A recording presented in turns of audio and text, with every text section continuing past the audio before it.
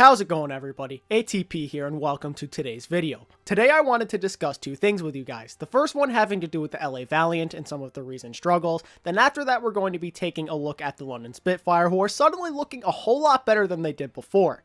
That's what we have on the agenda for today, so let's start off by talking about the Valiant. So this team seems to be in a tough situation. They're starting the stage off with an 0-3 record, and the chances of them making the Stage 1 playoffs are looking quite grim. They'll have to pretty much play flawlessly the rest of the way, and I really don't see that happening since their next opponent happens to be the Vancouver Titans. The question is, are the LA Valiant a bad team? I personally think the answer to this question is no. The record doesn't indicate how good they really are. Sure, they're just one of two teams in the league to not have a win under their belt yet, but this team just barely lost all three of their games. They took the NYXL and the Hangzhou Spark to a map 5, and they managed to keep things pretty close against the Toronto Defiant. The point I'm trying to make here is that they've been extremely competitive even though they've lost all their games. The LA Valiant are more than capable of overcoming this bad start. They went through a ton of adversity during Stage 2 last year, so I don't see why they couldn't bounce back this year as well. This team could very well be 3-0 right now if they didn't make a few mistakes here and there. All they have to do is iron out a few things and they'll be winning in no time. The first thing they have to take care of is their main support issue. They have to choose Custa or Kuki. I don't think it's a great idea to be running both of them every single game. And while he didn't play in the game against Toronto, Kuki's been playing a lot of Lucio in the starting lineup. I understand that Kuki's a fantastic shot caller, but I don't think he should be playing support. The guy is a tank player, and while he's not the worst Lucio I've ever seen, it's clear that his mechanics aren't that great. He also kind of fed against the NYXL at times, which isn't a very good look.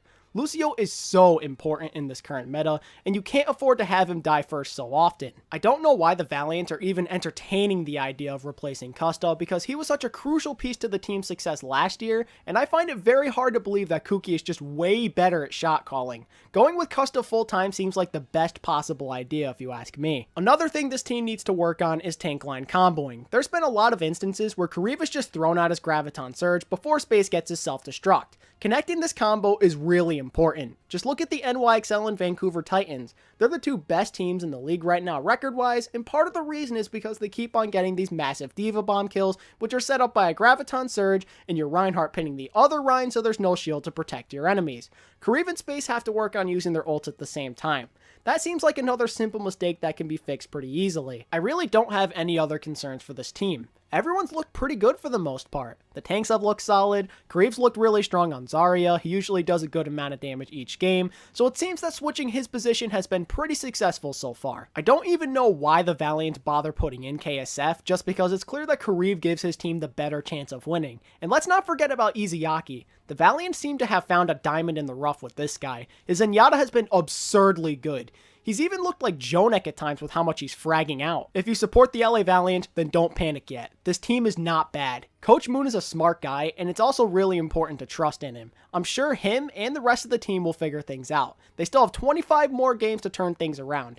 Even if they don't make Stage 1 playoffs, there's still 2 more stages they could do that in. Now let's talk about the London Spitfire. It seems that they have found their answer to fixing their GOATS problem. I don't want to say they definitely figured everything out after just 2 games, but they sure as hell look a lot better than they did during week 1. Sure, it took them 5 maps to beat the Washington Justice, but they had to pull off a reverse sweep, which is never an easy thing to do. And the fact that they stomped the Hangzhou Spark makes me think that they may have finally hit their stride. All it took was one lineup adjustment, and now this team looks more competitive. I guess having Birdring in the game was the thing holding this team back. Moving Prophet over to Zarya and having Guard play Brig has helped this team get back on the map. I've always thought that Prophet was the better Zarya player than Birdring. All you have to do is really look at how good Prophet was on this hero last year and you'll know what I mean. But the original problem with making this kind of change was that no one knew if Birdring or Guard would be good enough on Brigitte. As of right now, it's clear that Guard is getting the job done. This lineup change may have just saved the London Spitfire's hopes of making the Stage 1 playoffs, as well as their entire season in general. A really bad Stage 1 record could have made things very difficult for the Spitfire later down the line when it comes to overall playoff qualification. If you're a Spitfire fan, then Guard should be your hero. Consider him your Lord and Savior too, because your team is back in business and it's all because of him taking over as the Brig player on the team. If this team manages to win a few more games, then I guarantee you nobody is going to be making fun of them for being trash at GOATS anymore. Don't worry about Birdring if you're a Spitfire supporter, by the way. This just isn't the right meta for him. He's in the exact same boat as Effect from the Dallas Fuel. Both of these guys just aren't very good at GOATs. They'll play much better when DPS becomes more important, I guarantee you. And that's basically everything I wanted to talk about today, so that pretty much wraps everything up here, ladies and gentlemen. Let me know what you think of all of this down in the comments section. Also, make sure to hit that like button if you did enjoy today's content, and subscribe to the channel if you're new so you don't miss out on any of my future uploads. Thank you all so much for watching today's video, and until next time, this is ATP, signing out. Peace.